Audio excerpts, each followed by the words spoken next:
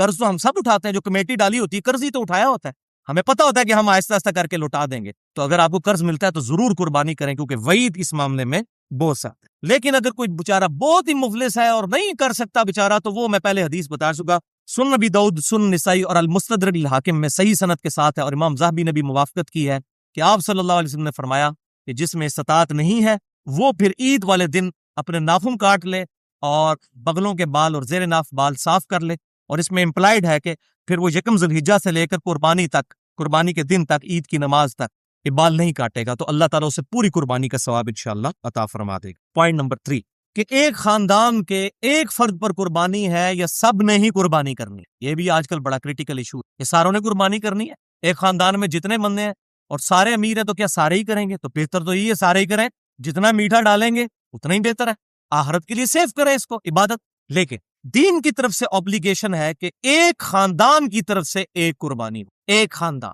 ایک فیملی۔ اب فیملی یہ نہیں ہے کہ 5 بھائی ایک گھر میں شادی شدہ رہ رہے ہیں تو یہ ایک فیملی ہے، نہیں، ایک شادی شدہ بندہ اور اس کے بچے، یہ ایک فیملی۔ ایک گھر میں اگر 5 بھائی ہیں تو یہ 5 فیملی الگ الگ اپنی قربانی دے۔ یہ نہیں ہے نہیں جی ہم تو ابا جی کو تنخواہ دیتے ہیں، ایک ابا جی نے قربانی کر دی سب کی طرف سے ہوگی، نہیں، باقی خرچے لادا لادا ہیں، قربانی کی باری ہے تو ابا جی دیں گے، نہیں۔ تو ایک خاندان، میاں بیوی اور بچے، وہ ایک خاندان تصور ہوں گے، ان کی طرف سے ایک قربانی، اور وہ ثبوت جامعہ ترمذی اور سنن ابن ماجہ میں صحیح سند کے ساتھ حدیث ہے۔ عطا بن یسار تابعی کہتے ہیں کہ میں نے سیدنا ابو ایوب انصاری جو نبی صلی اللہ علیہ وسلم کے میزبان تھے ان سے پوچھا کہ آپ صلی اللہ علیہ وسلم کے زمانہ مبارک میں آپ لوگ قربانی کس طرح دیا کرتے؟ تو انہوں نے کہا کہ آپ صلی اللہ علیہ وسلم کے مبارک زمانے میں ہم میں سے ہر شخص ایک خاندان کی طرف سے ایک ہی بکری قربان کیا کرتا تھا، اور وہ اس کے اور اس کے گھر والوں کی طرف سے تصور ہوتی تھی۔ لیکن بعد میں پھر صورتحال خراب ہوگی اور لوگ باہم فخر کرنے کے لیے ایک سے زیادہ قربانیاں کرنا شروع کر دیں، جس کا ذکر اگلی حدیث میں موجود ہے،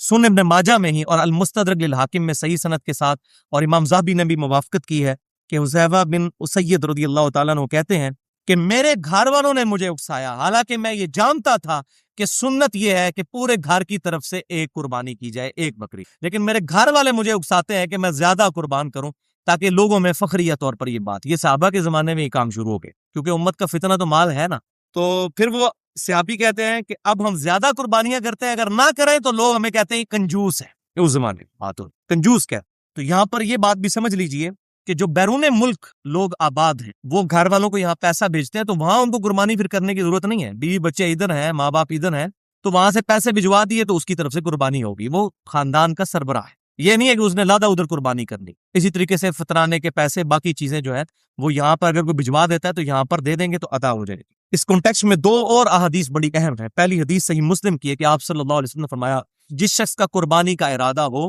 تو وہ یکم ذی الحجہ کا چاند نظر آنے سے لے کر قربانی کرنے تک اپنے جسم سے نہ تو بال اکھیڑے اور نہ ہی ناخن۔ اسی لیے ہم نے تمام بھائیوں کو جو ہے وہ یکم ذی الحجہ سے پہلے یہ میسج کر دیا تھا کہ آج جس نے بھی غیر ضروری بال صاف کرنے ہیں یا ناخن صاف کرنے ہیں تو وہ کر لے، ناخن کاٹ لے، کیونکہ اس کی وجہ یہ ہے کہ پھر 10 دن کا گیپ آ جاتا ہے، اس میں کوئی حرج نہیں۔ صحیح مسلم میں حدیث ہے کہ آپ صلی اللہ علیہ وسلم نے زیر ناف بالوں اور ناخنوں کے لیے 40 دن کی مدت مقرر فرمائی ہے، اور اس پہ میری بڑی ایکسکلوسیو گفتگو ہے اپنی نوعیت کی منفرد اہل سنت پاک.com پر، مسئلہ نمبر 32 کے نام سے مسلمان مرد و عورت کے بالوں اور دیگر اعضاء کے احکام، اس میں نے ڈیٹیل کے ساتھ یہ ایشوز ایڈریس کیے ہیں الحمدللہ۔ تو بہرحال یہ صحیح مسلم میں حدیث ہے قربانی کرنے والے کے لیے۔ اور دوسری حدیث ہے گفٹ، کہ اگر کسی کے پاس قربانی کی استطاعت ہی نہیں ہے، یعنی فائنینشلی وہ سپورٹ نہیں کر سکتی اس کو، وہ قربانی وہ نہیں کر سکتا، تو سنن نبی داؤد میں، سنن نسائی میں اور المستدرک للحاکم میں صحیح سند کے ساتھ یہ حدیث ہے، اور امام ذہبی نے بھی موافقت کی ہے امام حاکم کی،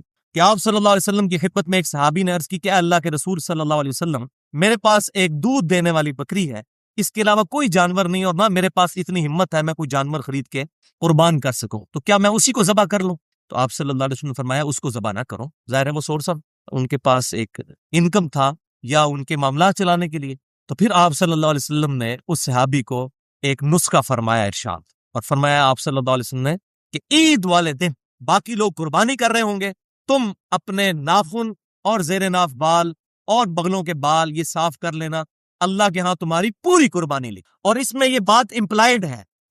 اس کے اندر یہ بات صحیح مسلم والی، کہ ایسا شخص بھی پھر یکم ذی الحجہ کا چاند نظر آنے سے لے کر عید قربان تک اپنے بال نہیں اکھیڑے گا، اور نہ ناخن کاٹے گا۔ تو پھر باقی لوگ قربانی کرنے کے بعد بال صاف کریں گے جیسا کہ حاجی کرتے ہیں، اور اس میں حکمت یہ ہے کہ حاجیوں کی یہ نقل اتاری گئی ہے۔ تو یہ شخص اپنے بال صاف کرے گا، اللہ تعالیٰ پوری قربانی کا ثواب دے گا۔ اس کو شیخ البانی رحمہ اللہ نے ضعیف کہا اس روایت کو، لیکن جو ذوق وہ بیان کرتے ہیں وہ ذوق ہے نہیں اس کے اندر۔ الحمدللہ اصول محدثین پر یہ سونے کی مہر صحیح روایت ہے، اور یہ روایت میں نے بتایا سنن ابی داؤد، سنن نسائی اور المستدرک للحاکم میں ہے، اور امام ذہبی نے بھی اس کی موافقت کی ہے، اس کی سے